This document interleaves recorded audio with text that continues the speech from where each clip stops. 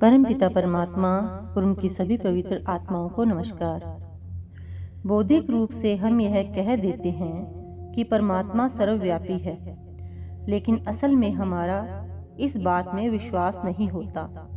हम कहते हैं कि वह परमात्मा हमें देख रहा है, वह हमेशा हमारे साथ है। फिर यह जानते हुए भी कि वह हमें देख रहा है, वह हमारे साथ है, हम बुरे कर्म क्यों करते हैं? हमें इतनी अपूर्णता क्यों है? क्यों हम इस बात से नहीं डरते? क्यों यह सोचकर नहीं घबराते कि वह हमें बराबर देख रहा है?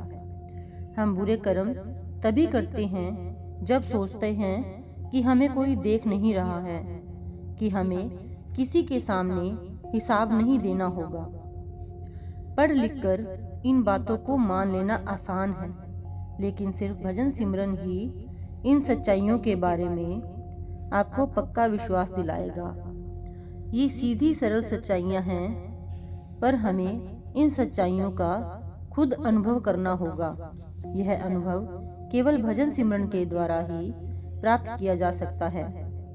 गुरु अर्जुन देव जी भी यही बात समझाते हैं कि सतगुरु के दर्शन करने से तुम्हारे सब पाप धुल जाएंगे और तुम वापस अपने परम पिता के पास जा सकोगे। पर गुरु साहिब बताते हैं कि सतगुरु के दर्शन कैसे करना है। जब हम उन्हें परमात्मा समझेंगे, केवल तभी हमारे पाप धुल सकेंगे। अगर हम उन्हें एक मनुष्य के रूप में, एक रहनुमा के रूप में, एक प्रियजन के रूप में या एक बुद्धिमान व्यक्ति के रूप में देखते हैं, तो फिर क्या प्राप्त हो सकता है?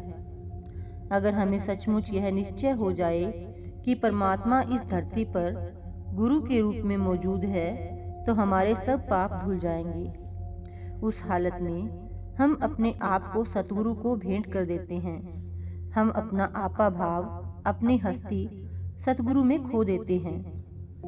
यही सच्चा प्रेम है, और ऐसा सच्चा प्रेम भजन सिमरन से ही पैदा हो सकता है। उस प्रेम को उत्पन्न करने का कोई और उपाय नहीं है। बेशक हम यह महसूस करना चाहेंगे कि हमारा सतगुरु परमात्मा है, लेकिन इसे महसूस करने की इच्छा करने और सचमुच ही महसूस करने में बहुत फर्क है। बिना भजन सिमरन के हमें कुछ नहीं मिलता। हजरत ईसा का कहना है कि मेरे खिलाफ किया गया अपराध माफ किया जा सकता है। अर्थात ईसा कहते हैं कि तुमको मुझ में विश्वास ना हो। अगर तुम्हें इस बात में संदेह हो कि मैं परमात्मा का पुत्र हूँ, अगर तुम्हें शक हो कि मैं तुम्हारे साथ, तुम्हारे जैसा रहते हुए भी प्रभु के साथ भी हूँ, तो इस सब के लिए तुम्हें माफ कर दिया जाएगा। लेकिन होली घोस्ट या शब्द के खिलाफ किया गया गुनाह माफ नहीं होगा। अगर तुम अपना रूहानी अभ्यास नहीं करोगे, तो तुम्हें कैसे माफ किया जा सकेगा? किस बात की माफी? उन कर्मों की माफी जिन्हें हम जन्म जन्मांतरों से इकट्ठे करते आ रहे हैं और जो आज हमें यहाँ लाए हैं। माफ किए जाने का मतलब होगा हमारी आत्मा पर चढ़े हुए पर्दों को हटाना।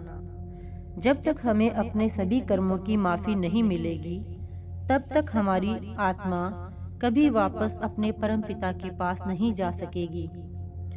हजरत ईसा फरमाते हैं कि यह माफी शब्द के अभ्यास से ही मिलेगी, इसलिए शब्द के विरुद्ध किए गए अपराध की माफी नहीं मिलेगी।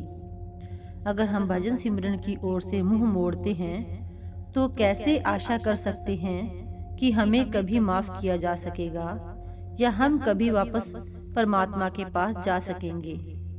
अगर हम भजन सिमरन करते रहेंगे, तो चाहे सतगुरु में हमें कुछ संदेह हो, उनका समाधान अपने आप ही हो जाएगा और हमारे अंदर विश्वास आ जाएगा।